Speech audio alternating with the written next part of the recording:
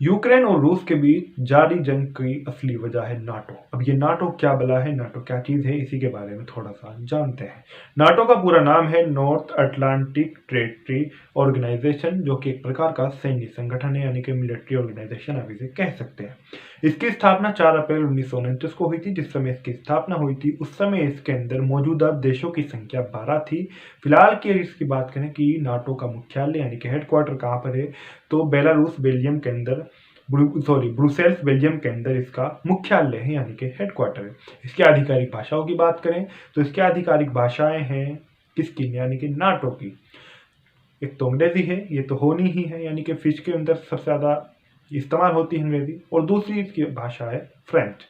अब आप में से बहुत सारे लोग सोच रहे होंगे कि हम किसी प्रतियोगी परीक्षा की तैयारी तो कर नहीं रहे, जो हमें आप इसका मुख्यालय, स्थापना और ये सब बताए जा रहे हैं कि इतने देश थे, ये था वो था, हमें मुख्य बात बताइए। तो चलिए मुख्य बात पर ही आते हैं। अगर आपने अभी तक हमारे चैनल जागरूकता सब्सक्राइब नहीं किया है तो सब्सक्राइब जरूर कर लें, क्योंकि हम देते हैं आपको आपके आसपास चल रही प्रमुख घटनाओं और प्रमुख मुद्दों की सटीक जानकारी। अब आते हैं मुख्य बात पर। रूस पहले से ही पश्चिम में अपने पड़ोस से नाटो के जो सदस्य देश हैं उनसे घिरा हुआ है। इनके अंदर यानी कि जो रूस के पड़ोसी हैं और जो नाटो के सदस्य भी हैं, उन देशों की अगर बात करें तो उनके अंदर नॉर्वे, एस्टोनिया, लातविया, लिथुआनिया व पोलैंड शामिल हैं। इन यानी कि जो जिन देशों के मैंने नाम लिए ये नाटो के सदस्य हैं और रूस की सीमा यानी कि रूस के एक प्रकार से पड़ोसी ये देश हैं।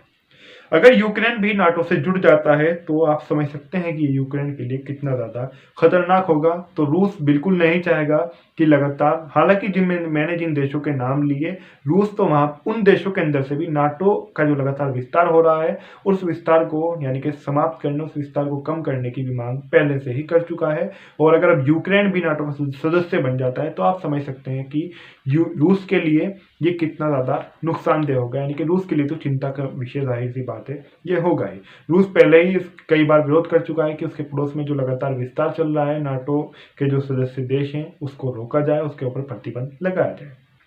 फिलहाल की अगर बात करें वर्तमान में सबसे आखिर में इससे कौन सा देश जुड़ा था, तो यूक्रेन। ये बात स्पष्ट है, ये बात बिल्कुल साफ है, यूक्रेन अभी तक इससे जुड़ा हुआ नहीं है। फिलहाल की अगर बात करें तो 2020 के अंदर इसका एक देश सदस्य बना था। इस देश का नाम है मैसेडोनिया। तो मैसेडोनिया शामिल हुआ था नाटो के अंदर 2020 में, यानी कि वर्तमान में, यानी कि सबसे आखिर में भी कौन हाल ही में शामिल हुआ, तो 2020 में शामिल हुआ था नाटो में मैसेडोनिया।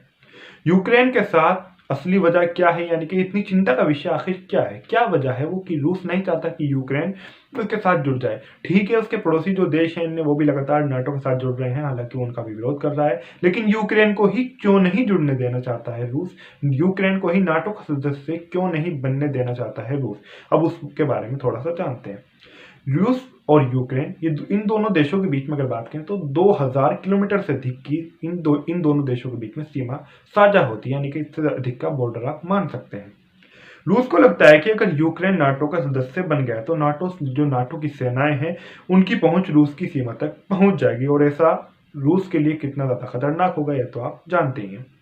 अगर यूक्रेन नाटो के अंदर शामिल हुआ तो रूस की राजधानी जो है मॉस्को, रूस की राजधानी है मॉस्को, रूस की राजधानी मॉस्को से पश्चिमी देशों की जो दूरी है वो केवल रह जाएगी मात्र, यानी कि 640 किलोमीटर।